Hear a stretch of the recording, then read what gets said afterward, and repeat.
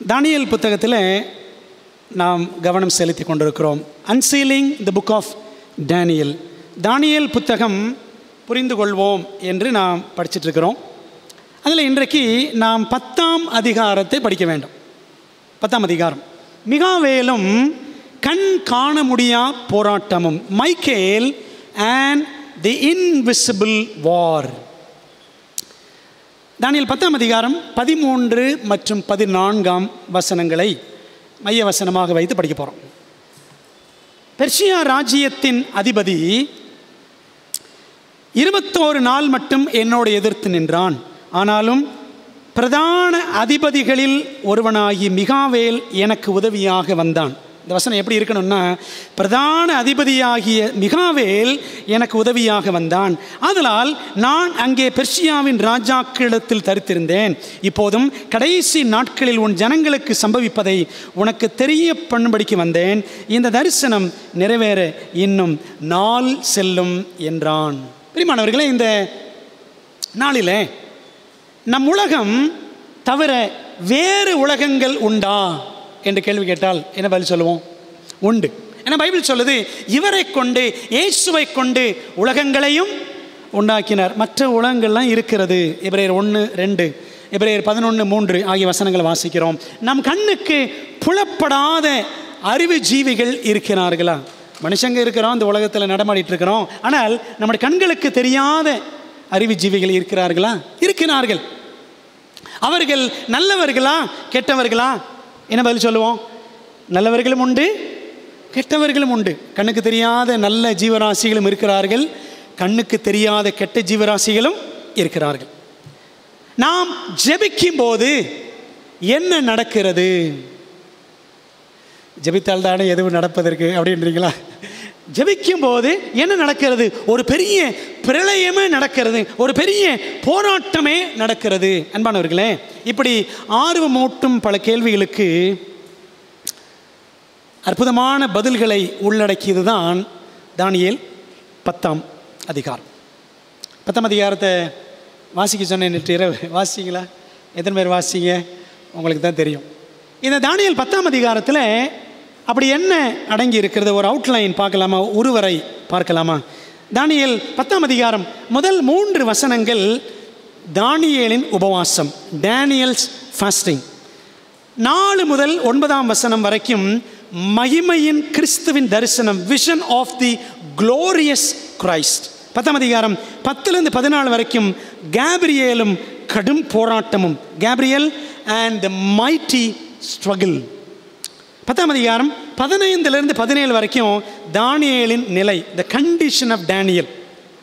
10ஆம் அதிகாரம் 18லிருந்து 21 வரைக்கும் கேப்ரியேலின் பாராட்டும் நம் அதிபதி மிகாவேலும், கேப்ரியல்ஸ் அப்ரிசியேஷன் அண்ட் அவர் பிரின்ஸ் மைக்கேல் என்று இந்த 10ஆம் அதிகாரம் நாம் பிரிக்கலாம். இந்த அதிகாரத்துக்கு என்ன பேர் வைக்கலாம்னா, சர்வதேச அரசியலில் தெய்வீக குறுக்கீடு, divine intervention in international politics.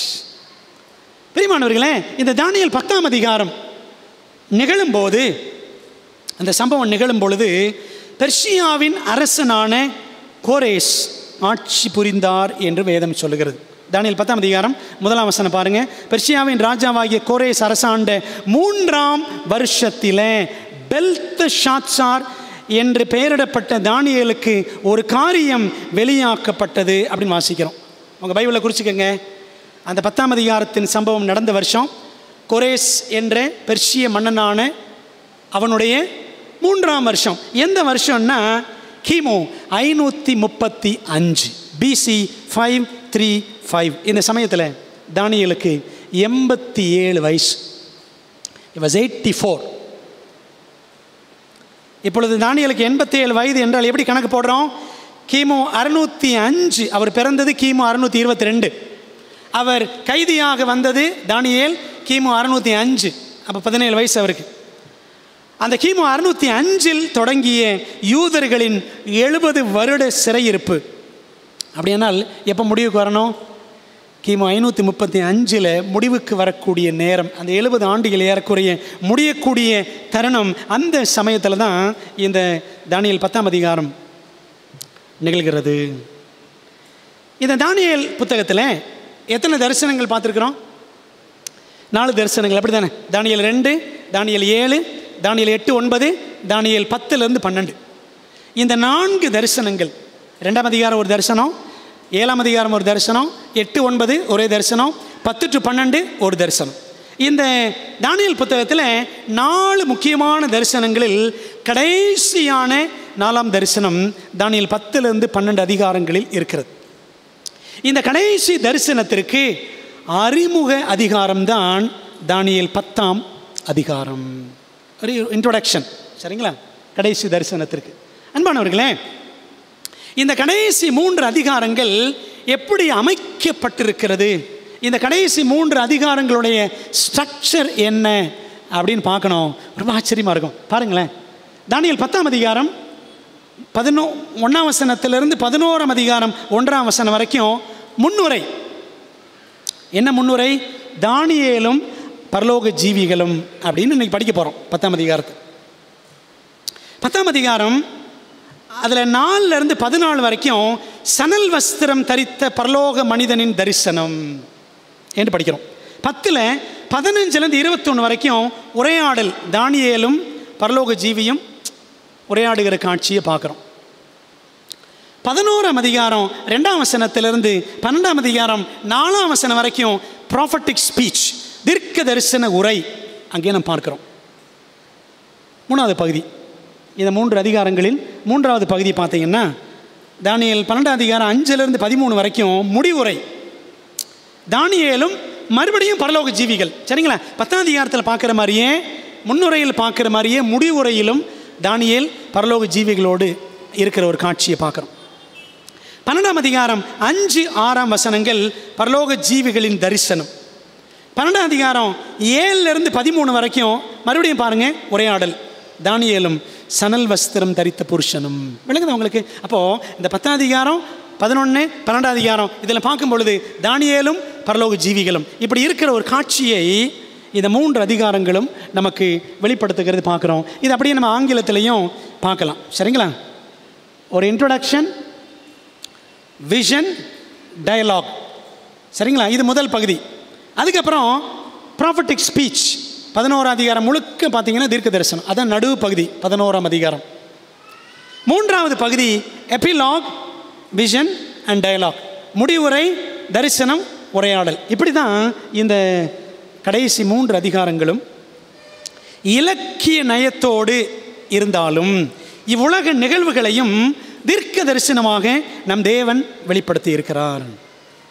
பிரியமான தேவ பிள்ளைகளே, தானியேல் ஜெபம் பண்ணாரு, தேவன் கேப்ரியேலை அனுப்பினார், பரலோக ஜீவிகள் இறங்கி வந்தார்கள். ஆகவே இந்த தீர்க்க தரிசனங்களை படிக்கும் பொழுது நமக்கும் பரலோக ஜீவிகள் உதவி செய்ய வேண்டியது அவசியம், சரிங்களா? ஜெபத்தோடு நான் படிக்கலாமா? ஜெபிப்போம்.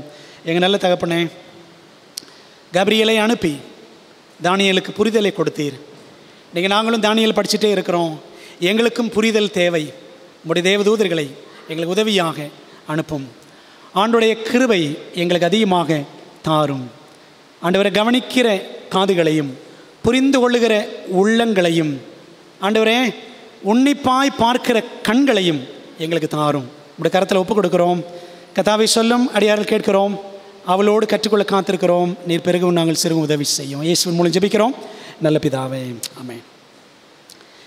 இந்த தானியேல் 10ஆம் அதிகாரத்தில் நாம் பார்க்கிறோம், கொரேசின் 3ஆம் வருஷம், கொரேஸ் அரசாண்ட 3ஆம் வருஷம், பெர்சியா ராஜ்யத்தின் காலத்தில் இந்த 10ஆம் அதிகாரம் நடக்குது. அந்த காலத்தில் பாருங்க, அந்த காரியம் சத்தியமும் நீட யுத்தத்துக்கு அடுத்ததுமாக இருக்கிறது. தானியேலுக்கு ஒரு காரியம் வெளியாக்கப்பட்டது, அந்த காரியம் சத்தியமும் நீடைய யுத்தத்துக்கு அடுத்ததுமாக இருக்கிறது. அந்த காரியத்தை அவன் கவனித்து தரிசனத்தின் பொருளை அறிந்து கொண்டான். யாரு?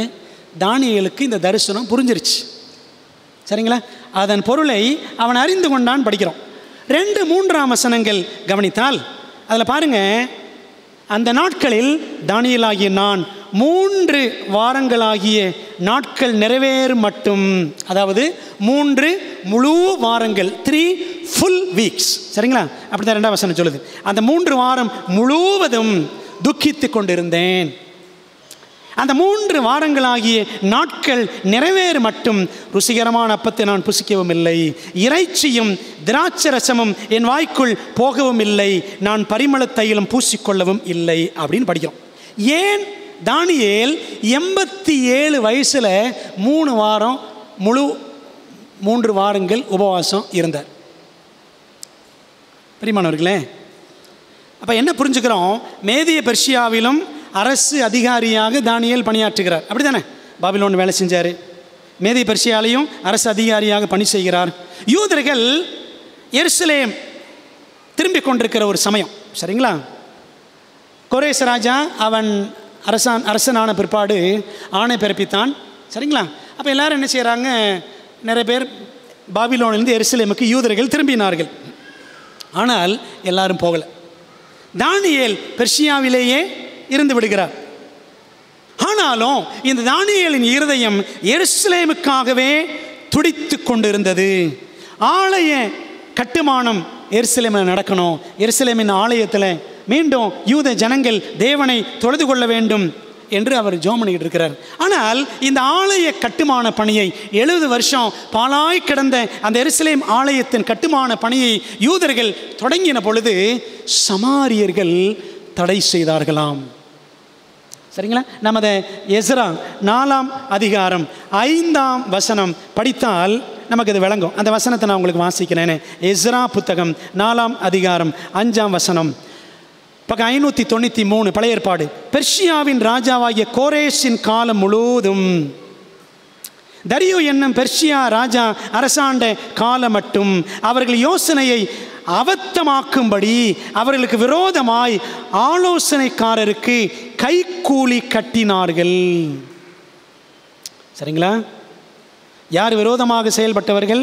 அந்த அதிகாரம் முழுக்க படித்தீங்கன்னா சமாரியர்கள் அப்படின்னு படிக்கலாம். சமாரியர்கள் எதிரடையாக செயல்பட்டார்கள் அப்படின்னு இந்த அதிகாரம் எஸ்ரா புத்தகம், நெகேமியா புத்தகம் நமக்கு துல்லியமாக சொல்லுகிறது. அன்பான தேவ பிள்ளைகளே, அரசு பணியில் தானியேல் இருந்து கொண்டு தேவ ஜனத்திற்கு உதவி புரியும் ஒரு சாதக நிலை இருந்தாலும், பெர்ஷிய அரசாங்கத்தில் ஒரு பெரிய ஆள் தானியேல், அவர் எல்லாம் செய்யலாம், அவருக்கு சாதகமான சூழ்நிலை, அதிகாரம் எல்லாம் இருந்தது. ஆனாலும் பாருங்க, தானியேல் தேவனை நோக்கியே அமர்ந்திருந்து உபவாசத்தோடு ஜெபித்தார். எத்தனை நாட்கள்? 21 நாட்கள். இந்த அதிகாரத்தை படித்தோன்னா நான் எப்படி புரிஞ்சுக்கணுன்னா, நான் 21 நாள் உபவாசம் இருக்க போகிறேன் அப்படின்னு அவர் கணக்கு போட்டுலாம் 21 நாள் உட்காரல. சரிங்களா? அவர் ஜெபம் பண்ணார், ஜெபம் பண்ணிக்கிட்டே இருக்கிறாரு. பதில் வருவதற்கு எந்த நாள் ஆயிடுச்சு? 21ஆம் நாள் ஆகிவிட்டது. பதில் வரும் வரை அவர் உபவாசித்து ஜெபித்தார். பைபிளில் படிக்கிறோம், புதிய ஏற்பாட்டில் 84 வயதான விதவை அன்னாள், லூக்கா 2ஆம் அதிகாரம் 36, 37 வாசிக்கிறோம். அவள் எப்படி உபவாசம் இருந்தாலும் இரவும் பகலும் உபவாசித்து ஜெபம் பண்ணி ஆராதனை செய்து கொண்டிருந்தால் தேவாலயத்தை விட்டு அவள் என்ன செய்யலையா? நீங்காமல் இருந்தால்னு படிக்கிறோம். சரிதானே? நம்ம நிலைமை என்ன? உபவாசம் என்று சொன்ன உடனே தேவாலயத்தை விட்டு நீங்கி விடுவோம், தூங்கி விடுவோம். இதான் நம்ம நிலைமை. பழைய ஏற்பாட்டில் 87 வயது முதியவரான தானியேல் 21 நாள் உபவாசத்தோடு அவர் ஜெபிக்கிறார் அப்படின்னு பார்க்குறோம். அன்பான தேவ பிள்ளைகளே, இப்போ நான் யோசித்து பார்த்தேன், இந்த தாத்தா தானியேல் 87 வயசில் அவர் உபவாசம் இருந்திருக்கிறாரே, நாமும் தான் உபவாசிக்கிறதுக்கு எத்தனை சாக்கு போக்குகள். உபவாசம் என்றாலே நமக்கு எப்படி இருக்கிறது? எப்படி இருக்கிறது? உவர்ப்பாக இருக்கிறது. ஏறக்குறைய எல்லாருமே எஸ்கேப் ஆகிவிடுவோம். ஆமாவா இல்லையா? நீங்கள் ஆமாம் சொல்லாட்டினாலும் அதான் ஆமாம். சரிதானே? அந்த பரிதாபம் நம்முடைய நிலைமை, நம்முடைய ஆவிக்குரிய வாழ்க்கை எவ்வளோ பரிதாபமாக இருக்கிறதுன்றதை ஆண்டோட சமூகத்தில் கொஞ்சம் யோசித்து பார்க்கணும். என்னைக்கு கடைசியாக நான் தனிப்பட்ட முறையில் அல்லது என் ஃபேமிலியாக சேர்ந்து என்னைக்கு சர்ச்சில் கூடுறதெல்லாம் விட்டுருங்க, அந்த கதையெல்லாம் நான் கேட்கல. என்னைக்கு தனியாக நீங்கள் உபவாசம் இருந்து ஜெபம் பண்ணீங்க? என்னைக்கு குடும்பமாக நீங்கள் உபவாசம் இருந்து ஜெபித்தீர்கள்? யோசித்து பாருங்கள். பிரியமானவர்களே, இந்த 10ஆம் அதிகாரத்தில் 21 நாட்கள் தானியேல் சொல்கிறாரு, நான் அப்பம் புசிக்கலை, ருசிகரமான அப்பம் புசிக்கவில்லை, இறைச்சி திராட்சை ரசம் என் வாய்க்குள் போகலை, நான் பரிமள தைலம் பூசிக்கொள்ளவில்லை அப்படின்னு சொல்கிறார். தானியேல் 1ஆம் அதிகாரத்தில் இச்சை அடக்கத்துடன் 10 நாட்கள் சைவமாக இருந்தவர் பிறகு அசைவமாகி பின்னர் 21 நாள் ஜெபத்திற்காக மீண்டும் சைவமாகி விட்டாரோ? நிறைய அப்படி தான் கேட்பாங்க. அவர் 1ஆம் அதிகாரத்தில் சாப்பிடலையே, அப்போ 10ஆம் அதிகாரத்தில் அவர் சாப்பிட்டு இருப்பார். நம்ம ரொம்ப பிரில்லியண்ட்டாக யோசிக்கிறது. அன்பான தேவ பிள்ளைகளை, தானியேல் என்ன சபரிமலைக்கு மாலையாக போட்டிருக்காரு? ஒரு டைம் சாப்பிடலாம், இன்னொரு டைம் சாப்பிட வேண்டாம் அப்படின்றதுக்காக? தானியேல் எப்பொழுதுமே கொள்கை உறுதியுடைய மனிதன். நமக்கு தெரியும் பைபிளில் Daniel was always a man of principle. அந்த கொள்கையில் உறுதியாக நிலைச்சு நிற்கிற மனுஷன். பெல்ஷாத்சார் சொன்னான், எனக்கு இந்த மேனே தெக்கல் உபார்சீன் யார் பார்த்து விளக்கம் சொல்லுகிறாரோ அவனை நான் 3ஆம் அதிபதியாக்குவேன். தானியேல் சொன்னார், நீயே வச்சுக்கோ. அப்படி தானே சொன்னார்.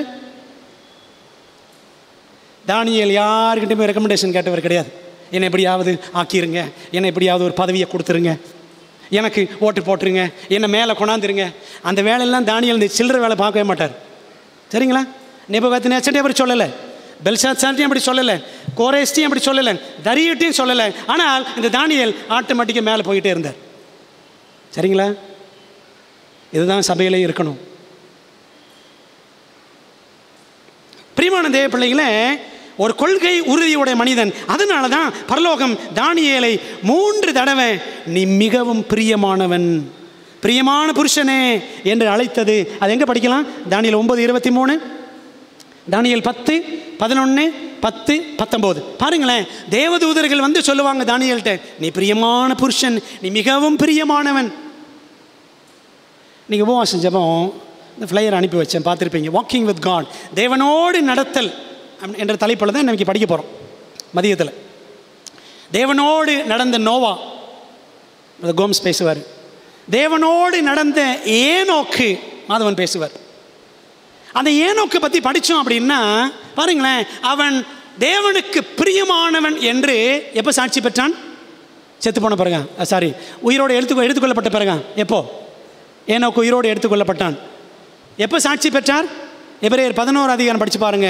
அவன் தேவனுக்கு பிரியமானவன் என்று அவன் எடுத்துக்கொள்ளப்படும் முன்னமே சாட்சி பெற்றான். இந்த உலகத்தில் இருக்கும் பொழுதே ஏனோக்கு தேவனுக்கு பிரியமானவன் என்று சாட்சி பெற்றான். பாருங்களேன், இந்த தானியேலும் தேவனுக்கு நீ மிகவும் பிரியமானவன், யூ ஆர் கிரேட்லி பிலவட். இங்கிலீஷில் அப்படித்தான் இருக்கு, யூ ஆர் கிரேட்லி பிலவட். அன்பான தேவ பிள்ளைகளே, தேவனுக்கு பிரியமானவன் என்று இன்னைக்கு நம்ம எல்லாருமே மாற வேண்டும் என்றால் என்னங்க செய்யணும்? தேவனோடு நடக்கணும். தானியேல் எப்படி நடந்தார் பார்த்தீங்களா? 87 வயசில் உபவாசம் இருந்திருக்கிறார் மனுஷன். 21 நாள். ஒரு நேரம் இருப்போமா நம்ம? ஒரு நேரம். அன்பான தேவ பிள்ளைகளே, எல்லாம் மனதுக்கு பாரமான சில காரியங்கள். எந்தெந்த காரியத்தில் முன்னாடி நிற்கிறோம் யோசித்து பாருங்கள். நம்மளாம் எதில் முன்னாடி நிற்கிறோம்? திருச்சபையின் ஆராதனைகளில் ஒரு உபவாசம் அப்படின்னா, ஒரு முழு ஜெபம் அப்படின்னா முன்னாடி இருக்கிறோமா? எதில் முன்னாடி இருக்கிறோம்? யோசித்து பாருங்கள் அன்பான தேவ பிள்ளைகளே. அப்போது இந்த தானியேல் 10ஆம் அதிகாரத்தில் 2-3 வசனங்கள், நான் ருசிகரமான அப்பம் புசிக்கவில்லை, நான் திராட்சை ரசம் குடிக்கவில்லை, இறைச்சி புசிக்கவில்லை அப்படின்னு என்ன அர்த்தம் அப்படின்னா, அதனுடைய மூல பாஷை அர்த்தம் அவர் உபவாசம் இருந்தார், அவ்வளோதான். எபிரேய மொழியில் இடியமேட்டிக் ஃப்ரேஸ் அப்படின்னு சொல்லுவாங்க. எபிரேய மொழி வழக்குப்படி, அந்த மரபு வழக்குப்படி அப்படி சொல்கிறது வழக்கம். நான் ஒத்த பொட்டு தூங்கலைங்க சொல்லுவோம் பார்த்தீங்களா? இது ஒரு நம்ம பயன்படுத்தக்கூடிய ஒரு வார்த்தை, இடியம். ஒரு பொட்டு நான் தூங்கலை, நான் கொட்டை முழிச்சிருந்தேன் அப்படின்னு சொல்லுவோம்ல. இதெல்லாம் என்ன அர்த்தம்? நம்ம தூங்காமல் விழித்திருந்தேன்னு அதுதான் அர்த்தம். அதே மாதிரி தான் தானியேல் சொல்கிறாரு, நான் எதுவுமே குடிக்கலை, எதுவுமே சாப்பிடலன்னா, அவர் அது வரைக்கும் நான்வெஜ் சாப்பிடாமல் இருந்தார், அதுக்கு பிறகு சாப்பிட்டார் அப்படிலாம் அர்த்தம் நம்ம இஷ்டத்துக்கு விளக்கம் சொல்லக்கூடாது. சரிங்களா? இந்த தானியேல் கொள்கை உறுதியுடைய மனிதன். இப்படி உபவாசத்தோடு அவர் 21 நாள் ஜெபம் பண்ணிட்டு இருக்கிறாரு. 3 வாரங்களாக உபவாசித்து ஜெபித்தும் தானியேலுக்கு ஒரு பதிலும் வந்தது போல் தெரியவில்லை. என்னாச்சு பாருங்களேன். தானியேல் 10ஆம் அதிகாரம் 5-6 வசனங்கள் படித்தால் we see a vision of the glorious Christ. நாமும் சில நேரங்களில் ஜெபித்த பிற்பாடு பதில் வரலையே என்று அங்கலாய்க்கிறோமா? என் ஜெபம் கூரையை கூட தாண்டவில்லையோ என்று நாம் நினைக்கிறோமா? தானியேல் என்ன நினைச்சாரோ பாருங்களேன். அவர் ஜெபம் பண்ணிட்டே இருக்கிறாரு. 21வது நாள் ஆகிவிட்டது.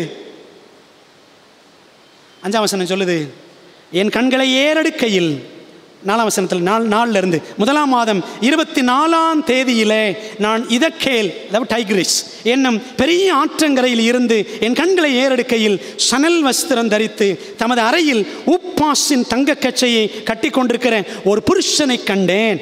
அவருடைய சரீரம் எப்படி இருந்துச்சான்? அவருடைய சரீரம் படிகப்பச்சை போலவும், அவருடைய முகம் மின்னலின் பிரகாசத்தை போலவும், அவருடைய கண்கள் எரிகிற தீபங்களைப் போலவும், அவருடைய புயங்களும் அவருடைய கால்களும் துலக்கப்பட்ட வெண்கல நிறத்தை போலவும், அவருடைய வார்த்தைகளின் சத்தம் ஜனக்கூட்டத்தின் ஆரவாரத்தை போலவும் இருந்தது அப்படின்னு படிக்கிறோம். அப்போது இந்த வர்ணனைக்கெல்லாம் சொந்தக்காரர் யார்? தானியேல் இப்படி ஒருத்தர் பார்க்குறாரு. யார் அவர்? வெளிப்படுத்தல் 1ஆம் அதிகாரம் 13 to 16 வரைக்கும் படிச்சிங்கன்னா இதே சேம் டிஸ்கிரிப்ஷன், இதே மாதிரி வர்ணனையை அங்கே யோவானும் பார்த்து எழுதுவார். அப்போஸ்தலன் யோவான். சரிங்களா? எபிரேயர் 1ஆம் அதிகாரம் மன்னிக்கவும், வெளிப்படுத்தல் 1ஆம் அதிகாரம் பாருங்கள். வெளிப்படுத்தல் 1ஆம் அதிகாரம் 13 to 16 வரைக்கும், எசேக்கியேல் 1ஆம் அதிகாரம் 24 to 28 வரைக்கும் இந்த வசனங்கள் எல்லாம் படிச்சிங்கன்னா சேம் டிஸ்கிரிப்ஷன். உடல் சணல் வஸ்திரம் போல், உடலிலே சணல் வஸ்திரம் தரித்திருந்தார். அறையில் உப்பாசன் தங்கக்கச்சை, சரீரம் படிக பச்சை, முகம் மின்னலின் பிரகாசம், கண்கள் எரிகிற தீபங்கள் போல, புயங்கள் அதாவது கைகள், புயங்களும் கால்களும் துலக்கப்பட்ட வெண்கல நிறம், சத்தம் ஜனக்கூட்டத்தின் ஆரவாரம், திரளான தண்ணீர்களின் சத்தம் அப்படின்னு ஒரு இடத்துல இருக்கும். அன்பானவர்களே, இதெல்லாம் யாரை சுட்டி காட்டுகிற வர்ணனை? ஆண்டவர் இயேசு கிறிஸ்துவை சுட்டி காட்டுகிற வர்ணனை. இந்த தானியேல் ஜெபத்துக்கு பதில் வரும்னு எதிர்பார்த்துக்கிட்டு இருந்தாரு. ஆனால் இவர் ஜெபத்துக்கு என்ன பதில் வந்துச்சு தெரியுமா? ஜெபத்தை கேட்டு பதில் கொடுக்கிறவரே பதிலாக இறங்கி வந்துட்டார். யார் இறங்கி வந்துட்டார்? இயேசு கிறிஸ்துவே இறங்கி வந்து விட்டார். எத்தனை அற்புதமான தேவ தரிசனம்! இது ஆங்கிலத்தில் என்ன சொல்லுவாங்கன்னா தியோஃபனி அப்படின்னு சொல்லுவாங்க. தேவ தரிசனத்திற்கு பெயர் தியோஃபனி. தானியேல் புத்தகத்தில் ஆண்டவர் இயேசு கிறிஸ்து ஏதோ சிங்காசனத்தில் எங்கேயோ ஒரு இடத்துல உயரமான இடத்துல உயரமாக உட்காந்துட்டு இருக்கிறவர் போல வர்ணிக்கப்படவில்லை. மாறாக தம் ஜனத்திற்காக இறங்கி வருகிறவராக, நெருங்கி வருகிறவராக அவரை ஒவ்வொரு அதிகாரத்திலும் நாம் பார்க்கிறோம். பாருங்களேன், 1ஆம் அதிகாரம் இயேசு எப்படி காட்டுகிறது? தானியேலுக்கும் நண்பர்களுக்கும் 10 மடங்கு ஞானம் தரும் இயேசு. 2ஆம் அதிகாரம் தானியேலுக்கு சொப்பனத்தை வெளிப்படுத்தும் இயேசு. 3ஆம் அதிகாரம் எபிரேய மூவருடன், அனனியா மீஷாவல் அசரியாவுடன் அக்கினி சூளையினுள் இறங்கி வரும் தேவகுமாரன் இயேசு. 4ஆம் அதிகாரம் தானியேலுக்கு மீண்டும் ஒரு சொப்பனத்தை, அந்த விருட்சம், ராஜா கண்ட விருட்சம் நேபுகாத்நேச்சார், அந்த சொப்பனத்தை தானியேலுக்கு வெளிப்படுத்தும் இயேசு. 5ஆம் அதிகாரம் சுவரிலே மனுஷ கையுறுப்பை அனுப்பி நியாய தீர்ப்பை எழுதின இயேசு. 6ஆம் அதிகாரம் சிங்கங்களின் வாய்களை அடைக்கும் இயேசு. 7ஆம் அதிகாரம் 8ஆம் அதிகாரங்களில் ஆசரிப்பு கூடாரத்தின் மையமாக, மரித்த ஆட்டுக்குட்டியாக, உயிருள்ள பிரதானாசாரியராக விளங்கும் இயேசு அப்படின்னு பார்க்குறோம். 9ஆம் அதிகாரம் சரியான நேரத்தில் வெளிப்படும் பிரபுவாகிய மேசியா என்னும் இயேசு. பார்த்தீங்களா? 10ஆம் அதிகாரம் தானியேலின் ஜெபம் கேட்டு இறங்கி வரும் இயேசு. அப்போது ஒவ்வொரு அதிகாரத்திலும் தானியேல் புத்தகத்தில் ஆண்டவர் என்ன செய்கிறாரு? தம்முடைய ஜனத்தோடு அவர் நெருங்கி வருகிறார். தம்முடைய ஜனங்களுக்காக இறங்கி வருகிறதை நாம் பார்க்கிறோம். அப்போ கேள்வி நமக்கு வரலாம், தானியேலுக்கு செய்தது போல அவர் எனக்காக இறங்கி வருவாரா ஆண்டவர்? தானியேலை போல நான் தேவனுக்கு பிரியமானவன் இல்லையே என்று கவலைப்படுகிறீர்களா? அன்பான தேவ பிள்ளைகளே, நமக்காக மேலே நிற்கும் பிரதானாசிரியரான இயேசு கீழே இந்த பூமியில் நமக்காக தமது பிரதிநிதியாகிய பரிசுத்த ஆவியானவரை விட்டு சென்றிருக்கிறார். ஒருவேளை நம்ம ஜெபம் பண்ணும் பொழுது இயேசு கிறிஸ்து இறங்கி வராமல் இருக்கலாம்.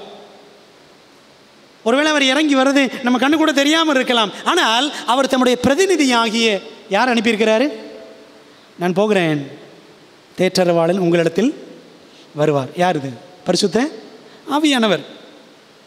அவர் என்றென்றைக்கும் உங்களுடனே கூட இருப்பார். யோவான் 14:16, யோவான் 16:7 ஆகிய வசனங்களில் வாசிக்கிறோம். பிரியமான தேவ பிள்ளைகளே, இப்போ நம்ம எவ்வளோ பெரிய பாக்கியவான்கள். நம்ம கூட யார் இருக்கிறா?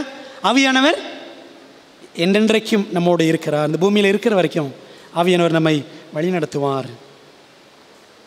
இந்த கிறிஸ்துவை தானியேல் கண்டதும் அவர் பலனற்று திடனற்று வாடி போகிறார் அப்படின்னு 10ஆம் அதிகாரம் 7, 8, 9 வசனங்களை வாசிக்கிறோம். தானியேல் 10, 7, 8, 9. கிறிஸ்துவை தரிசனத்தில் கண்ட பவுலானாலும் சரி, அப்போஸ்தலர் 9:8 கிறிஸ்துவை தரிசனத்தில் கண்ட அப்போஸ்தலன் யோவான் ஆனாலும் சரி, வெளிப்படுத்தல் 1:17 படிச்சு பாருங்களேன். நான் செத்தவனை போல அவருடைய பாதத்திலே விழுந்தேன் அப்படின்னு சொல்லுவார் அப்போஸ்தலன் யோவான். விளக்குது உங்களுக்கு? ஒரு மெய்யான தீர்க்கதரிசி அப்படின்னா தேவனை தரிசனத்தில் பார்த்துட்டு அவர் நிலைமை எப்படி இருக்கும்? அவர் அப்படியே விழுந்துருவார். அவர் பலனெல்லாம் போயிடும். சரிங்களா? செத்தவனை போல விழுந்துருவார். ஆனால் இன்றைக்கி நிறைய பேர் இந்த டிவி அந்த டிவியில், சரிங்களா, நிறைய கிறிஸ்தவ சேனல் இருக்குல்ல, அதில் நிறைய பேர் கதை விடுறாங்க. நான் இயேசுவை பார்த்தேன், இயேசப்பா எனக்கு CD கொடுத்தாரு. ஏஞ்சல் டிவியில் ஒருத்தர் சொல்லுவார், இயேசு கிறிஸ்து எனக்கு ஒரு CD பவுச் கொடுத்தாரு. CD பவுச் கொடுத்தாராம்.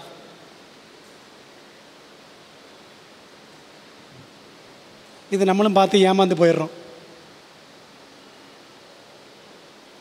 சில சில சில சில ஊழியக்காரங்க இறந்து போயிட்டாங்க. அவர் சொல்லுவார், இயேசு கிறிஸ்துவை நான் ஓயாமல் போய் பார்த்துட்டு வந்தேன் பரலோகத்தில். பாருங்களேன், அந்த தானியேல் கிறிஸ்துவை பார்த்துட்டு, யோவான் கிறிஸ்துவை பார்த்துட்டு எப்படி விழுந்தாங்களாம்? என் பலனெல்லாம் போயிடுச்சு, என் திடனெல்லாம் போயிடுச்சு, நான் செத்தவனை போல் விழுந்தேன். அதாங்க ஒரு மெய்யான தீர்க்கதரிசியினுடைய கண்டிஷன். அதான் இன்றைக்கி நிறைய பேர் கதை விட்டுட்டு இருக்கிறாங்க, நாங்களாம் தீர்க்கதரிசிகள்னு சொல்லிட்டு. இந்த அப்பட்ட கதையை நாம் அப்ராணிகளாக நம்பிக்கிட்டு இருக்கிறோம். பிரியமான தேவ பிள்ளைகளே, அப்போது இந்த மாதிரி தானியேல், பவுல், யோவான் யாவருமே தானியேலை போல ஏறக்குறைய ஒரே வித அனுபவத்தை தான் தரிசனத்தின் போது அடைந்திருக்கிறார்கள். யோவான், பவுல், இவங்க மாதிரி எல்லாரும். அன்பான தேவ பிள்ளைகளே, இந்த தானியேல் குணக்கேடுகள் எதுவுமே இல்லாத நீதிமான் அப்படி தான் பைபிள் சொல்லுது. நீங்கள் படித்து பாருங்கள். எசேக்கியேல் 14ஆம் அதிகாரம் 14ஆம் வசனம், 20ஆம் வசனம், தானியேல் 6ஆம் அதிகாரம் 4ஆம் வசனம் படிச்சிங்கன்னா அவன் உண்மை உள்ளவன் படிக்கிறோம். தானியேல் உண்மை உள்ளவன், அவன் நீதிமான் என்பது உண்மைதான். ஆனால் கிறிஸ்துவுக்கு முன்பாக தான் ஒன்றுமே இல்லை என்ற உணர்வுடன் வாழ்ந்தார். ஏசாயா தீர்க்கதரிசி போல். ஏசாயா அப்படித்தானே? உன்னதம் உயரமான சிங்காசனத்தில் தேவனை பார்த்துட்டு ஏசாயா என்ன சொன்னார்? ஏசாயா 6ஆம் அதிகாரத்தில், நான் அசுத்த உதடுகள் உள்ள மனுஷன், ஐயோ நான் அதமானேன். இதாங்க ஒரு மெய்யான தீர்க்கதரிசியுடைய நிலைமை. அப்போ இன்றைக்கி நம்ம பார்க்குறதெல்லாம் எல்லாம் நிறைய ஃப்ராடு தீர்க்கதரிசி, கள்ள தீர்க்கதரிசிகள். விளங்குதா உங்களுக்கு? பணம் சம்பாதிப்பதற்காக, தாங்கள் கோடீஸ்வரர்கள் ஆக வேண்டும் என்பதற்காக ஏமாற்றுகிற ஏராளமான கள்ள தீர்க்கதரிசிகளை நம்பி பின்னாடி போயிடாதீங்க. அங்கே அற்புதம் நடக்குது, அதிசயம் நடக்குதுன்னு சொல்லிட்டு.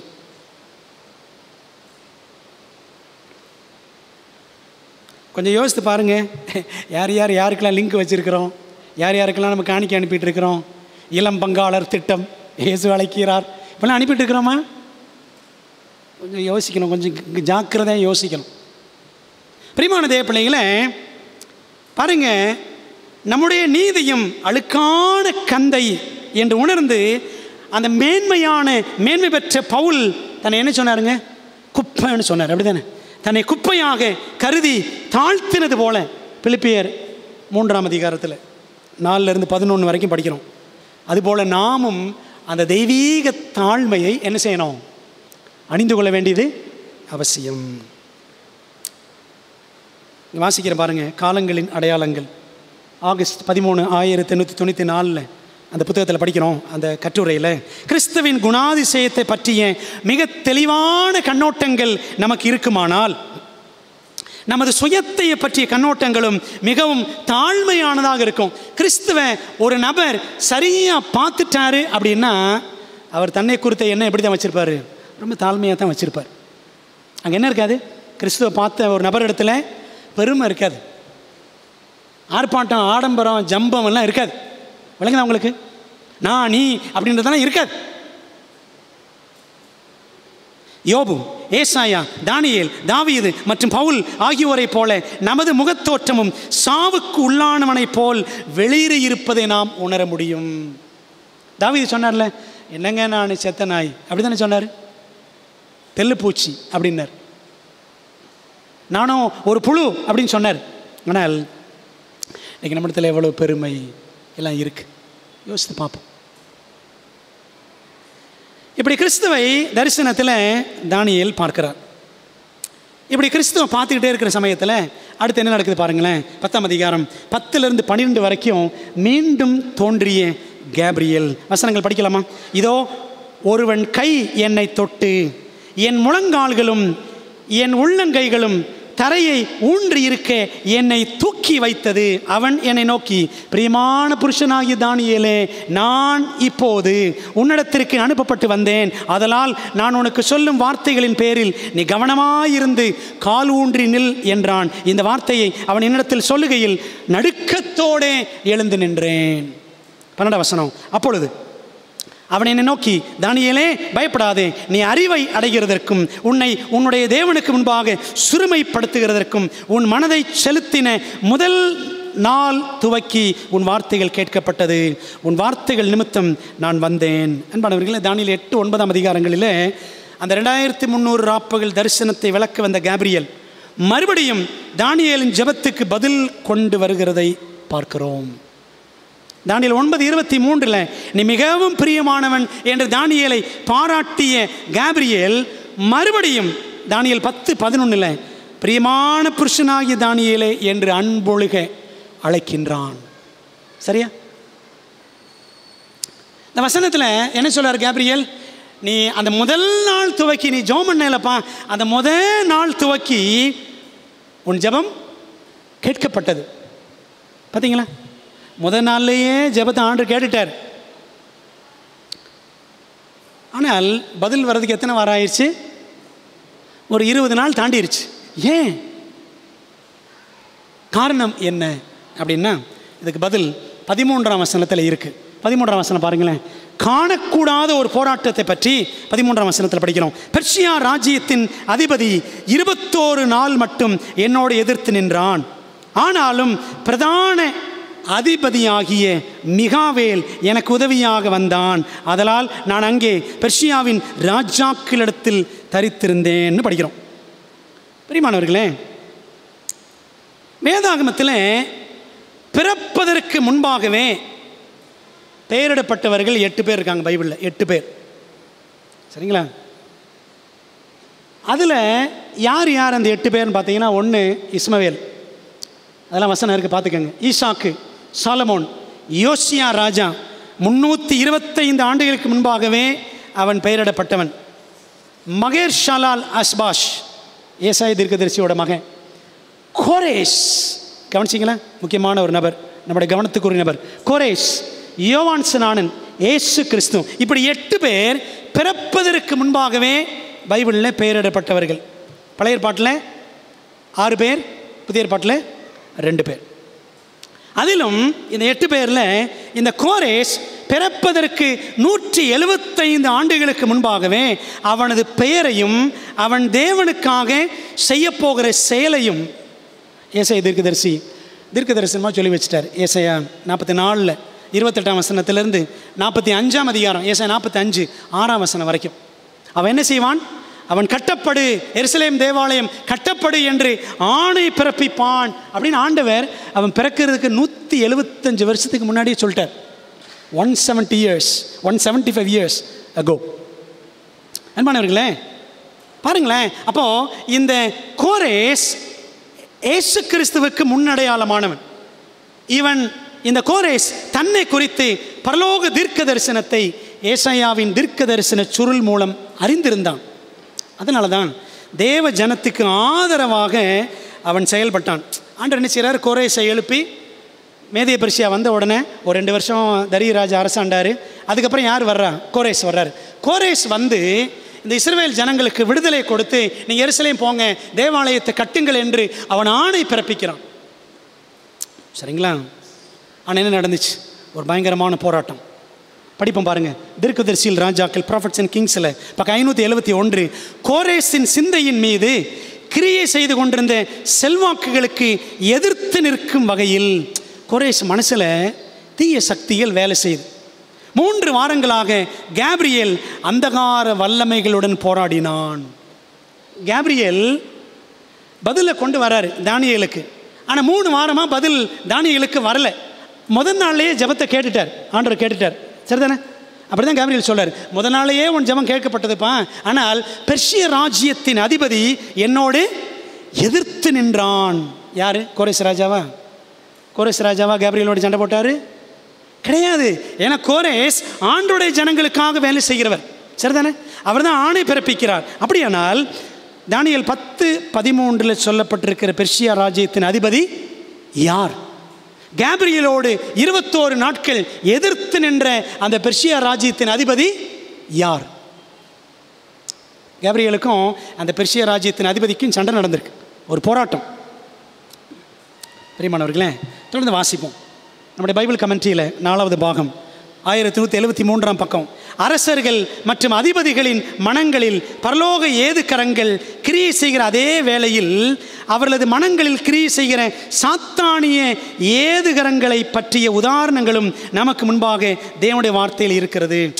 ராஜாக்கள் மனசில் தேவதூதர்கள், தேவனுடைய தூதர்கள் வேலை செஞ்சாலும் சாத்தான வேலை செய்கிறான் என்பது உதாரணம் தான் இந்த தானியேல் 10ஆம் அதிகாரம். தேவனுடைய செயல் நோக்கத்தின் முன்னேற்றங்களுக்காக சுயநலமின்றி பணி செய்து கொண்டிருப்போரின் ஜெபங்களுக்கு பதிலளிப்பதற்காக பரலோக ஜீவிகள் நியமிக்கப்பட்டிருக்கிறார்கள். நம்ம ஜோமண்டனை வச்சுக்கோங்களேன், இதுக்கு பதில் கொடுக்கறதுக்கு ஆண்டு யாரை வச்சிருக்கிறாரு? தேவதூதர்களை வச்சிருக்கிறார். தேவனுடைய செயல் நோக்கத்தின் வளர்ச்சிக்காக தேவனை நோக்கி மேல் எழும்புகிற ஜெபங்களுக்கு பதில் கிடைக்க செய்வதற்காக மிகவும் உன்னதமான தூதர்கள் பரலோக மன்றங்களில் நியமிக்கப்பட்டிருக்கிறார்கள். தேவ தூதர்கள் என்ன செய்கிறாங்கன்னா, பரலோகத்திலிருந்து நம்முடைய ஜெபங்களுக்கெல்லாம் பதில் கொடுக்கும்படி நியமிக்கப்பட்டிருக்கிறார்கள். ஆனால் என்ன நடக்குது? எருசலேம் தேவாலயம் கட்டப்பட வேண்டும். எருசலேம் ஜனங்களுக்காக தேவ சித்தம் நிறைவேறும்படி சாதகமான சட்டங்களை யார் பிறப்பிக்கணும்? கோரேஸ் பிறப்பிக்கணும். அப்படிதான் ஆண்டு முன்னாடி தீர்க்க தரிசனமாக சொல்லிட்டார் ஏசாயா மூலமாக. இப்போ இந்த கோரேஸின் உள்ளத்தில் தேவதூதர்கள் தூண்டுதல் கொடுத்து இந்த கேப்ரியேல் முயற்சி செய்ய செல்லுகிற வேளையில் தேவ சித்தத்திற்கு கோரேஸ் உடன்படக்கூடாது என்று குறுக்கிட்டு கோரேஸின் விருப்பத்தை திசை திருப்ப யார் குறுக்க வர்றான்? சாத்தான் மல்லுக்கு நிற்கிறான். சரிங்களா? சாத்தான் குறுக்க வர்றான். எந்த வல்லமைக்கு செவி கொடுப்பது என்ற போராடும் நெஞ்சத்துடன் கோரேஸ் தயங்குகிறான். ஒரு பக்கம் மனசில் அந்த போராட்டம் இருக்குது, ஒரு பக்கம் தேவதூதர்கள் போராடுறாங்க, இன்னொரு பக்கம் சாத்தானு கிரியை செய்கிறான். அதனால் இது தெரியல கோரேஸுக்கு, இதெல்லாம் தெரியல. கோரேஸ் தயங்குகிறான், தாமதிக்கிறான். நாட்கள் வாரங்கள் ஆகிறது. கேப்ரியேலை விட வல்லமையான தூதன் வர வேண்டியதாயிற்று. யார் வந்தா? பிரதான அதிபதியாகிய மிகாவேல் வந்தார்னு பார்க்குறோம். பிரியமானவர்களே பாருங்களேன், இன்னொரு வாசகம் வாசிப்போம். விசுவாசம் உள்ள மற்றும் விசுவாசமற்ற தூதர்களாகிய காணக்கூடாத ஏதுகரங்களுக்கு இடையே நடந்து கொண்டிருக்கும் மாபெரும் போராட்டத்தை ஒரு ஜனக்கூட்டமாக புரிந்து கொள்ள வேண்டிய வகையில் நாம் புரிந்து கொள்ளவில்லை. நன்மைக்கும் தீமைக்கும் இடையில், தேவனுக்கும் பிசாசுக்கும் இடையில் ஒரு பெரிய போராட்டம் நடந்து கொண்டிருக்குது. நாம் அதை புரிஞ்சிக்கல. இன்னும் படைத்தளபதிகளாக, அரசர்களாக, அதிபதிகளாக, விசுவாசமற்ற மனித சக்திகளாக கட்டுப்பாட்டில் இருந்து கொண்டு தங்களது தாக்குதல் பணியை முன்னேற்றச் செய்யக்கூடிய தூதர்கள் எப்பொழுதும் கிரியை செய்து கொண்டிருக்கிறார்கள். சாத்தானுடைய தூதர்கள் பயங்கரமாக வேலை செய்கிறாங்களாம். பல அதிபதிகள், அதிகாரிகள் மூலமாக, மனிதர்கள் மூலமாக. பரலோக அறிவு ஜீவிகளால் நாம் பாதுகாக்கப்படும் வகையில் தானியேலை போல் நாம் ஜெபிக்கணும். பார்த்தீங்களா, தானியேல் ஜெபம் பண்ணார்ல, அந்த மாதிரி ஜெபிக்கணும். ரட்சிப்பை சுதந்திரிக்க போகிறவர்களுக்கு ஊழியம் செய்வதற்கு பணிவடை ஆவிகளாக தூதர்கள் அனுப்பப்பட்டிருக்கிறார்கள். எபிரேயர் 1:14 வாசிக்கிறோம். என் சகோதரரே, முன் ஒருபோதும் நீங்கள் ஜெபித்திராதது போல் ஜெபியுங்கள். இதுவரைக்கும் ஜெபம் பண்ணாத அளவுக்கு நம்ம ஜெபிக்கணுமா? கர்த்தருடைய வருகைக்காக நாம் ஆயத்தப்படவில்லை. நித்தியத்திற்காக முழுமையான பணியை நாம் செய்ய வேண்டியது அவசியமாக இருக்கிறது. கடிதம் 201 1899 வருஷம் எலன் ஒயிட் எழுதியிருக்கிறாங்க. புரியுது உங்களுக்கு? நம்ம எவ்வளவாக ஜெபிக்கணும். தானியேல் அந்த ஜெப வாழ்க்கையில் தேவனுக்கு எவ்வளோ பிரியமாக நடந்திருக்கிறார். அதனால தாங்க நீ பிரியமானவன், நீ பிரியமானவன், நீ பிரியமானவன் சொன்னாங்க தூதர்கள். நம்ம பார்த்து சொல்லுவாங்களா தேவ தூதர்கள்? நம்முடைய ஜெப வாழ்க்கை எப்படி இருக்கிறது? சரி, கேள்வி. இந்த பெர்ஷிய ராஜ்யத்தின் அதிபதி யார்? Who is the prince of the kingdom of Persia? தானியேல் 10:13 படிக்கிறோம்ல. அவன் கேப்ரியலோடு எதிர்த்து நின்றான். கேப்ரியலோடு எதிர்த்து நின்ற பெர்ஷிய ராஜ்யத்தின் அதிபதி யார் தான்? சாத்தான். ஏனென்றால் அவன்தான் உலகத்தின் அதிபதி, பிரின்ஸ் ஆஃப் திஸ் வேர்ல்ட் என்று யோவான் சுவிசேஷத்தில் 3 தடவை படிக்கிறோம். யோவான் 12:31, யோவான் 14:30, யோவான் 16:11. சரிங்களா? 1:11 இருக்கு, யோவான் 16:11. 3 இடங்கள்ல வாசிக்கிறோம். யார் உலகத்தின் அதிபதி? சாத்தான். அவன் உலகத்தின் அதிபதி என்று இயேசுவே 3 தடவை சொல்லியிருக்கிறார். எப்படி உலகத்தின் அதிபதியானா? என்னைக்கு ஆதாம் ஏவாள் பாவத்தில் விழுந்தாங்களோ, கீழ்ப்படியாக போனாங்களோ, அன்னைக்கு இந்த உலகத்தின் அதிபதியா யார் மாறிட்டான்? சாத்தான் மாறிட்டான். சொன்னால அவன் அந்த சோதனையில் இயேசு கிறிஸ்துவை பார்த்து இந்த ராஜ்யங்கள் எல்லாம் எனக்கு ஒப்பு கொடுக்கப்பட்டிருக்கிறதுன்னு சொன்னான் லூக்கா 4ஆம் அதிகாரத்தில். சரிங்களா? ஆகவே சாத்தான் தான் இந்த உலகத்தின் அதிபதி, இப்பிரபஞ்சத்தின் தேவன். 2 கொரிந்தியர் 4:4 படிக்கிறோம். ஆகாயத்து அதிகார பிரபு அப்படின்னு எபேசியர் 2:2 வாசிக்கிறோம். ஆக சாத்தானை அதிபதி என்றும் இந்த உலகத்தின் பிரபஞ்சத்தின் தேவன் என்றும் பிரபு என்றும் பைபிள் சொல்லுகிறது. சரியாக சொன்னால் தானியேலின் ஜெபங்களுக்கு பதில் அளிக்கப்படுவதை சாத்தான் வெறுத்தபடியினாலே, அதனால தான் என்ன செய்கிறான்? அவன் கேப்ரியலுக்கு எதிர்த்து நின்றான். ஏனென்றால் இஸ்ரவேல் ஜனங்கள் அவங்க என்ன செய்யக்கூடாது? எருசலேமுக்கு திரும்பக்கூடாது, எருசலேம் போகக்கூடாது, ஆலயத்தை கட்டக்கூடாது, மெய் தேவனை தொழுவதற்கு அவர்களுக்கு அனுமதி, அங்கீகாரம் கிடைக்கக்கூடாது என்பதிலே சாத்தான் மிகவும் குறியாக இருந்தான். அப்போ என்ன பண்ணும்? இஸ்ரவேல் ஜனங்களை அந்த பாபிலோன்லேயே, அது மேதிய பெர்ஷியாவிலேயே அப்படியே அடிமைகளாக அவங்கள வச்சிடணும். அப்படி தான் நினச்சான் சாத்தான். விளங்குது அவங்களுக்கு? அப்போ தானியேல் ஜெபிக்கிறார், தேவன் கேட்கிறார். கோரேசின் மனதை தூண்ட கேப்ரியல் தூதனை அனுப்புகிறார். கோரேசின் மனதை ஆக்கிரமிக்க 2 வித சக்திகள் வேலை செய்கின்றன. யார் யார்? ஒன்று தேவன், அவருடைய தூதர்கள், இன்னொன்று பிசாசு, அவனுடைய தூதர்கள். தேவனின் சேனையும் சாத்தானின் சேனையும் போரில் ஈடுபடுகின்றன. பிரியமானவர்களே, நாமும் இப்படி ஜெபிக்கணும், அப்படி ஜெபிக்கணும் அப்படிலாம் பைபிள் சொல்லுது. ஆனால் ஜெபம் பண்ணால் என்ன நடக்குது? நம்ம கண்ணுக்கு தெரியாத ஒரு போராட்டம் நம்மை சுற்றிலும் நடக்கிறது என்றதை இந்த 10ஆம் அதிகாரம் தத்ரூபமாக நமக்கு காட்டுகிறது. ஏதோ இது ஒரு ஹாலிவுட் படக்காட்சி நினச்சிக்காதீங்க. தானியேல் உபவாசம் இருந்தார், கிறிஸ்து வந்தார், அப்புறம் கேப்ரியல் வந்தார், சாத்தான் சண்டை போட்டான், அப்புறம் மிகாவேல் வந்தார், அப்படி இப்படின்னு ஏதோ ஒரு ஹாலிவுட் சீன் நினச்சிடக்கூடாது. ஆவிக்குரிய உலகத்தில் ஒரு நிஜமான ஆவிக்குரிய போராட்டம் நடக்கிறது அப்படின்னு நம்ம இங்கே படிக்கிறோம். ஒருவேளை நீங்கள் உங்கள் கணவனுக்காக, உங்கள் மனைவிக்காக, உங்கள் மகனுக்காக, மகளுக்காக, மாமியாருக்காக, மருமகளுக்காக, நண்பருக்காக, சக ஊழியருக்காக, உங்கள் கூட வேலை செய்கிற உங்கள் அக்கம் பக்கத்தில் இருக்கிற யாருக்காகவாவது பாரத்தோடு ஜெபித்து கொண்டிருக்கிறீர்களா? அப்படி நாம் செய்யும் பொழுது தேவன் என்ன செய்வார் தெரியுமா? நீங்கள் ஜெபம் பண்ணிட்டே இருக்கிறீங்க, இன்னும் பதில் வரலையே ஆண்டவரே, நான் எவ்வளோ நாளாக ஜெபம் பண்ணுறேன் அப்படின்னு நாம் தொடர்ந்து விடாமல் ஜெபித்து கொண்டே இருப்போம் என்று சொன்னால் ஆண்டவன் என்ன செய்வாராம்? தேவன் 2 மடங்கு நல்ல தூதர்களை அனுப்புவார். பாருங்களேன், நம்ம நல்லா ஜெபம் பண்ண யாருக்கு பிடிக்காது? யாருக்கு பிடிக்காது? சாத்தானுக்கு பிடிக்காது. ஆனால் நம்ம தொடர்ந்து ஜெபத்தில் தரித்திருப்போம் என்று சொன்னால் ஆண்டவன் என்ன செய்வார்? தேவன் 2 மடங்கு நல்ல தூதர்களை அனுப்புவார். அவர்கள் தீமையின் சக்திகளை முறியடிப்பார்கள்.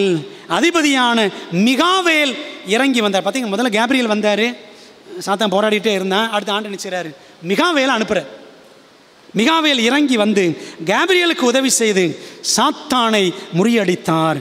God redoubles the good angels and they will begin to beat back the forces of evil. சரிங்களா? தேவன் 2 மடங்கு நல்ல தூதர்கள் அனுப்புவார். அவங்க தீமையின் சக்திகள் எல்லாத்தையும் அடித்து பின்னுக்கு தள்ளிடுவான். சரிங்களா? அதான் இந்த 10ஆம் அதிகாரத்தில் நடக்கிறது. அப்போது கேப்ரியல் சாத்தானோடு லூசிஃபரோடு போராடுகிறார். அந்த போராட்டம் நடந்துக்கிட்டே இருக்கு. கேப்ரியல் தாண்டி இந்த லூசிஃபரை தாண்டி போக முடியல. சரிதானே? ஒரு பயங்கரமான போராட்டம். அப்போ யார் வர்றார்? மிகாவேல் இறங்கி வர்றார். இப்போ கேள்வி, who is this மைக்கேல்? யார் இந்த மிகாவேல்? யார் மிகாவேல்? கவனிக்கிறீங்களா? சரி, மிகாவேல் என்ற பெயர் பைபிள் 5 தடவை இருக்கு, 5 times. சரிங்களா? முதலாவதாக பரலோகத்தில் தானியேல் 12ஆம் அதிகாரம், மன்னிக்கவும், வெளிப்படுத்தல் 12ஆம் அதிகாரம் 7 முதல் 9 வசனங்கள் படிச்சீங்கன்னா, வானத்தில் யுத்தம் உண்டாயிற்று, மிகாவேலும் அவனை சேர்ந்த தூதர்களும் வலு சர்ப்பமும் அதை சேர்ந்த தூதர்களும் அப்படின்னு படிக்கிறோம்ல. வெளிப்படுத்தல் 12 7 to 9. பரலோகத்தில் லூசிஃபருடன் யுத்தம் பண்ணி ஜெயித்த மிகாவேல். 2வது எங்கன்னா, மோசேயின் சரீரம் பற்றிய சர்ச்சையில் யூதா 9ஆம் வசனம். சரிங்களா? வெளிப்படுத்தலுக்கு முந்தின புஸ்தகம் யூதா 9ல் மோசேயின் சரீரத்தை குறித்து, மோசேயின் சரீரத்தை உயிர்த்தெழுப்ப பிசாசோடு போராடி ஜெயித்த மிகாவேல். அது 2வது இடம். சரிங்களா? அதுக்கப்புறம் இது 2மே புதிய ஏற்பாட்டில், மற்ற 3ம் பழைய ஏற்பாட்டில். 3வதாக எங்கன்னா, பெர்ஷியாவில் தானியேல் 10:13 இப்போ படித்தோம்ல, கேப்ரியலுக்கு துணையாக வந்து சாத்தானை ஜெயித்த மிகாவேல்னு பார்க்குறோம். 4வது அதே தானியேல் 10:21, பூமியின் ராஜ்யங்களை பிடிக்க வகை தேடும் சாத்தானிய சேனைகளுக்கு எதிரான யுத்தத்தில் மிகாவேல் இறங்கி வர்றார். எப்பொழுதும் வெற்றி சிறக்கும் திருச்சபையின் அதிபதியான மிகாவேல் என்று 4வது முறையாக பார்க்குறோம் தானியேல் 10:21. 5வது ஆபத்து காலத்தில் தானியேல் 12:1 பாருங்களேன், தேவ ஜனத்திற்காக துணையாக எழுந்து நின்று அவர்களை விடுவிக்க போகும் மிகாவேல். சொல்லுங்க, மிகாவேல் எத்தனை இடத்துல இருக்குது பைபிளில்? 5 இடத்துல. புதிய ஏற்பாட்டில் 2 தடவை, பழைய ஏற்பாட்டில் 3 தடவை. சரியா? இப்போ கேள்வி, பரலோகத்தில் சாத்தானை ஜெயித்து அவனை வெளியே தள்ளியது யார்? யாரு? ஒரு தூதனா? மிகாவேல் என்றும் ஒரு பிரதான தூதன், பிரதான அதிபதிகளில் ஒருவன் அப்படின்னு நம்ம பைபிள் படிக்கிறோம். பாருங்களேன், ஒரு தூதன் இன்னொரு தூதன் அடித்து வெளியில் தள்ள முடியுமா? கேப்ரியலே போராடுறாரு லூசிபர் கூட, முடியல. சரிதானே? பாருங்களேன், அப்போது பரலோகத்தில் சாத்தானை ஜெயித்தவனை வெளியே தள்ளியது யார்? ஒரு தூதனா? இல்லை. நேபோ மலையில் பிசாசுடனே தர்க்கித்து மோசையை உயிர் தெளிப்பியது யார்? மோசை உயிரோடு எழுப்பினது யார்? ஒரு தூதனா? கிடையாது. சரி, அடுத்த கேள்வி, சாத்தான் மீதும் மரணத்தின் மீதும் அதிகாரம் உடையவர் யார்? யாருங்க? சாத்தானை வெளியில் தள்ளினார் பரலோகத்தை விட்டு, மோசையை உயிரோடு எழுப்பினார். யார்? மிகாவேல். யார் அந்த மிகாவேல்?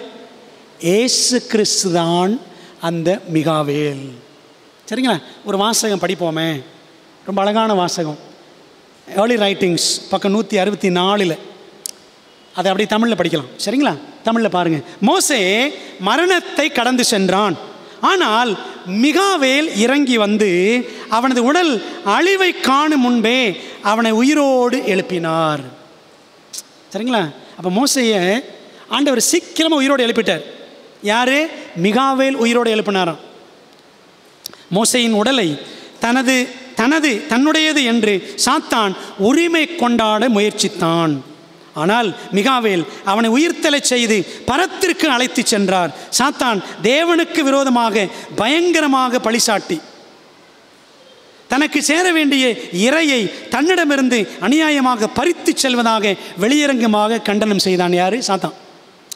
அவன் பாவம் செஞ்சிட்டான்ல, கண்மலையை பார்த்து பேச சொன்னங்க, அவன் அடிச்சிட்டான்ல.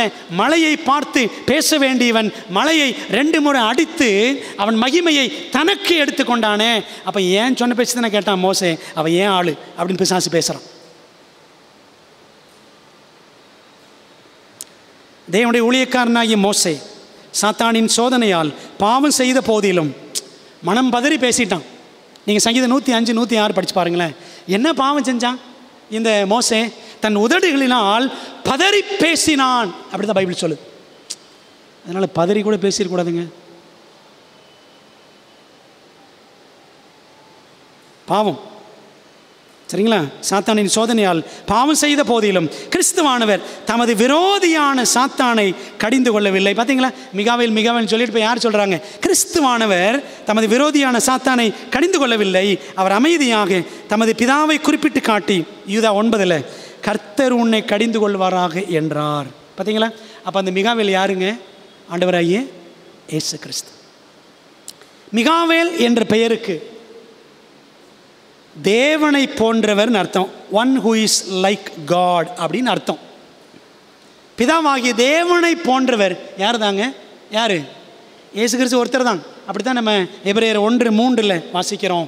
இவரே பிதாவின் தற்சொரூபம், பிதாவை மாதிரியே இருக்கிறவர் கிறிஸ்து தான் அப்படின்னு படிக்கிறோம். ஆண்டவர் இயேசுவுக்கு வேதாமத்தில் பல நாமங்கள் இருக்கிறது.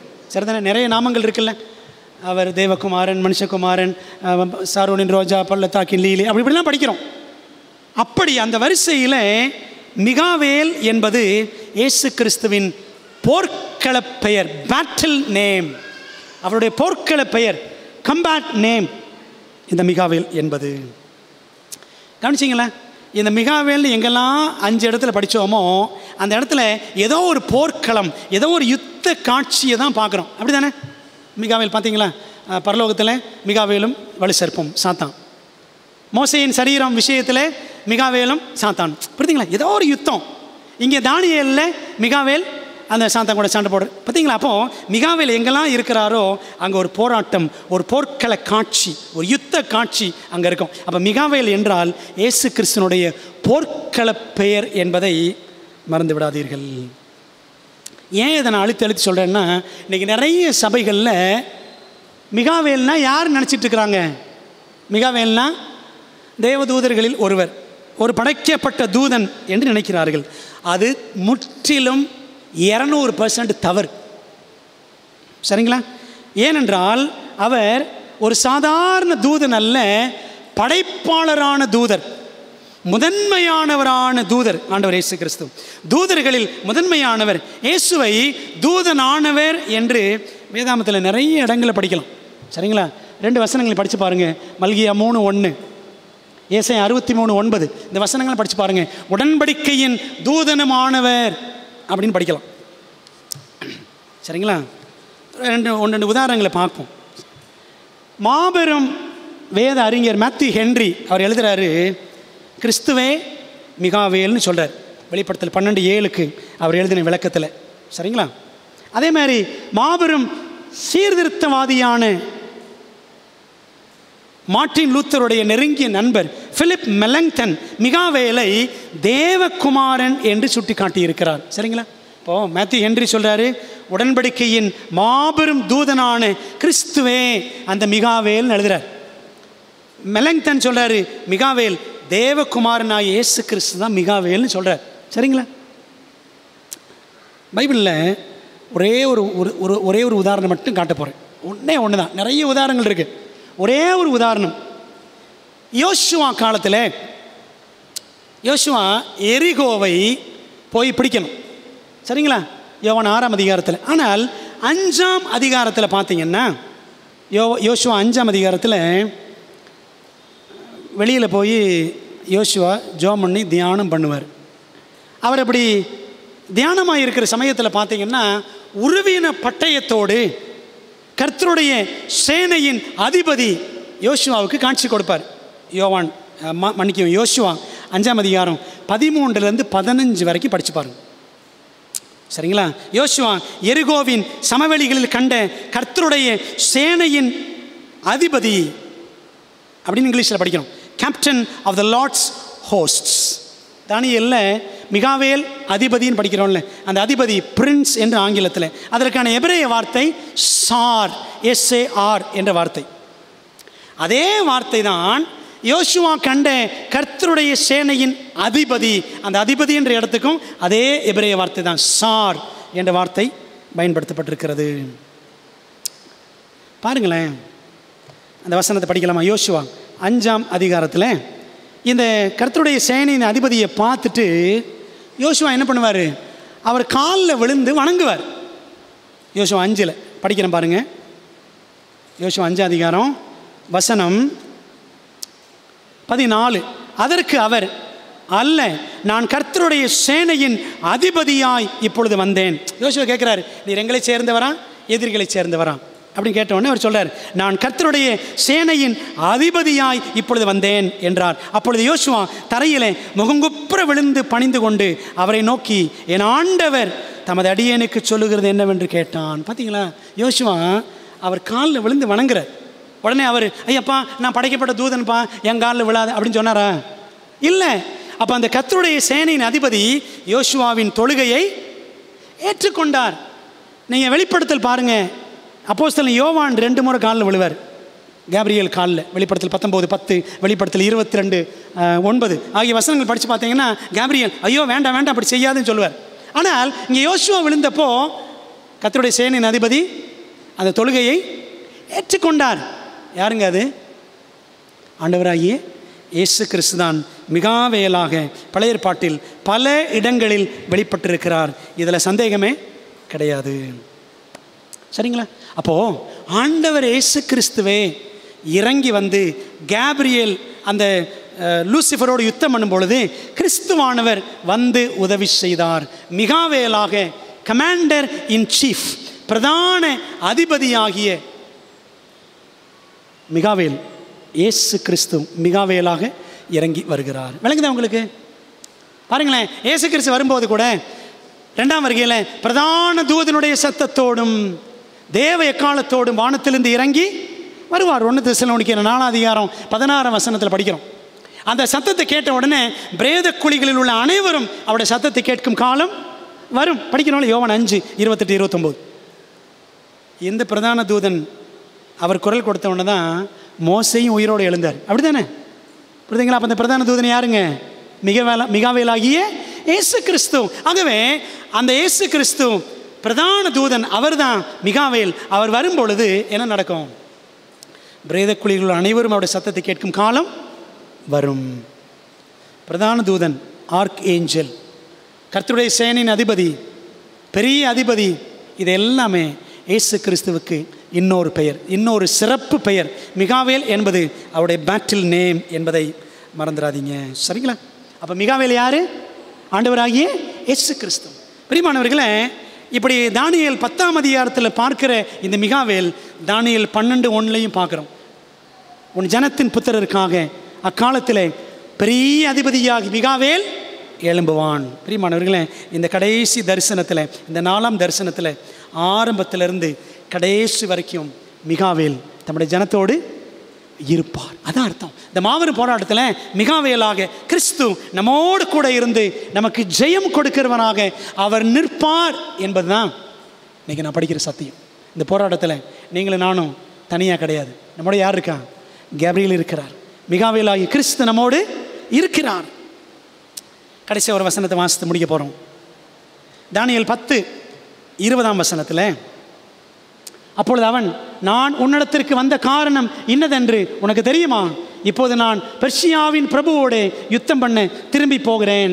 நான் போன பின்பு கிரேக்கு தேசத்தின் அதிபதி வருவான். பெர்சியாவின் பிரபுவோடு அப்படின்னு யார் சொல்கிறார் கேப்ரியல் அப்படின்னா,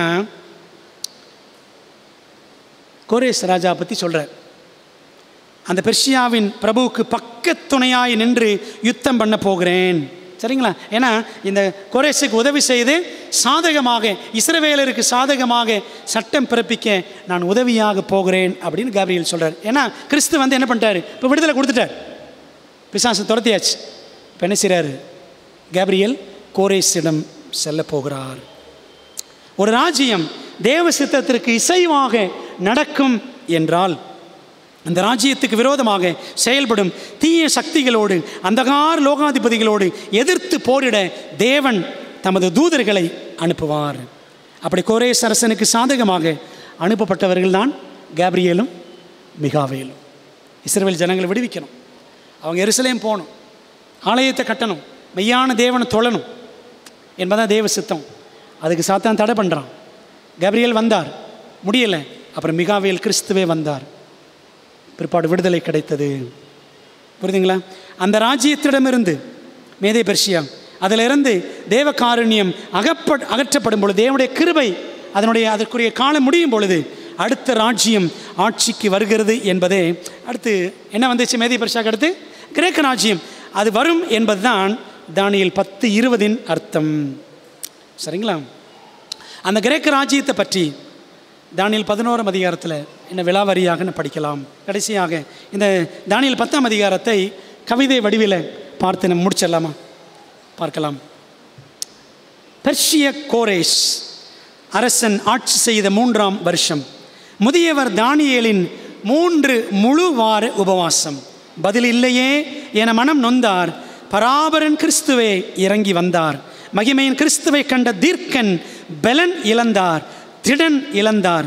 முகங்குப்புற விழுந்து கிடந்தவரை 3 முறை தொட்டான், 2 முறை புகழ்ந்தான் தீர்க்க தரிசன தூதன் கேப்ரியேல்.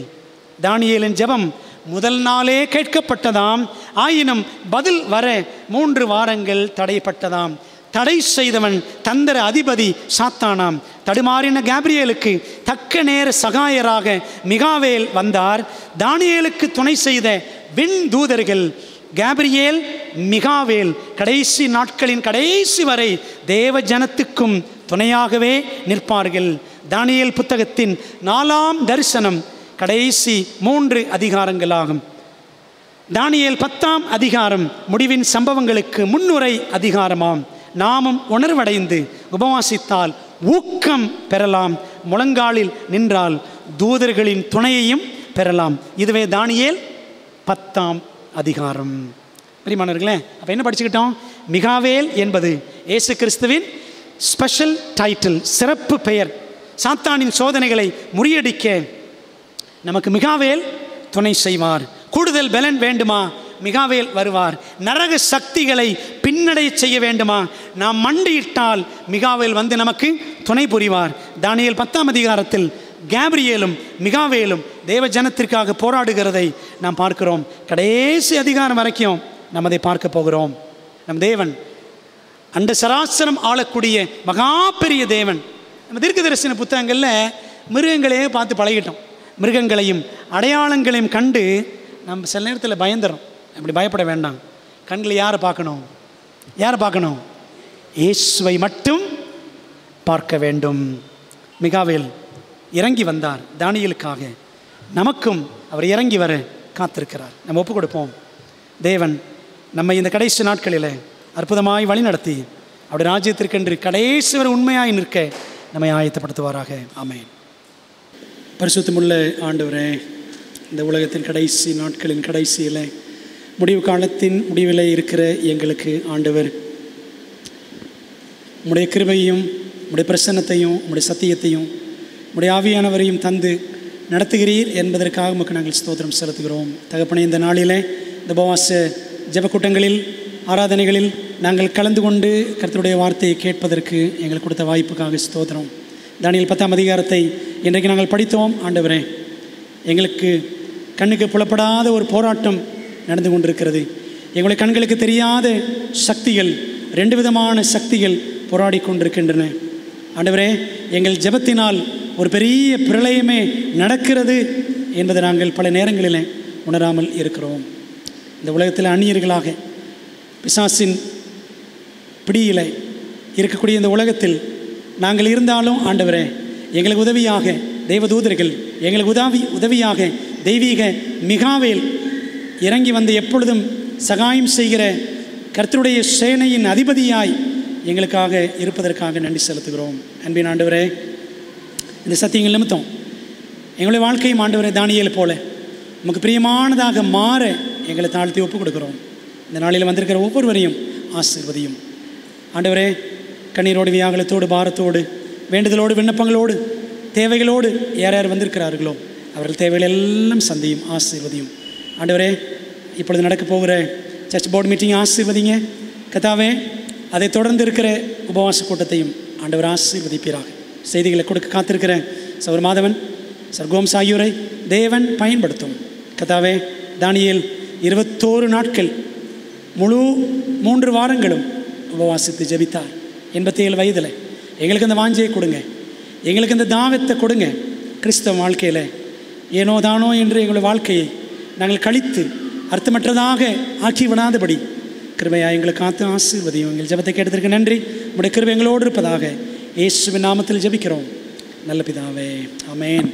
பரமண்டலத்தில் இருக்கிற எங்கள் பிதாவே, உடைய நாமம் பரிசுத்தப்படுவதாக, உடைய ராஜ்யம் வருவதாக, உடைய சித்தம் பரலோகத்திலே செய்யப்படுவது போல் பூமியிலேயும் செய்யப்படுவதாக. எங்களுக்கு வேண்டிய ஆரத்தை இன்று எங்களுக்கு தாரும். எங்கள் கடனாளிகளுக்கு நாங்கள் மன்னிக்கிறது போல் எங்கள் கடன்களை எங்களுக்கு மன்னியும். எங்கள் சோதனைகள் பிரவேசிக்க பண்ணாமல் தீமையை ரட்சித்துக் கொண்டும் ராஜ்யம் வல்லமையும் மகிமையும் என்றென்றைக்கும் முடிவுகளே, ஆமென். என் ஆத்மாவே கர்த்தரை ஸ்தோத்திரி, என் முழு உலமையோட பரிசுத்த நாமத்தை ஸ்தோத்திரி. என் ஆத்மாவே கர்த்தரை ஸ்தோத்திரி, அவர் செய்த சகல உபகாரங்களையும் மறவாதே, ஆமென். நம்முடைய கர்த்தராக இருக்கிற இயேசு கிறிஸ்துவின் கிருபையும் பிதாவாகிய தேவனுடைய அன்பும் ஆவியானவரின் ஐக்கியமும் ஆசீர்வாதம் தேவதூதர்களின் காவலும் வழி நடத்தலும் நம்ம எல்லாரோடும் என்றும் என்றும் சதா காலங்களிலும் தங்கியிருப்பதாக, ஆமென்.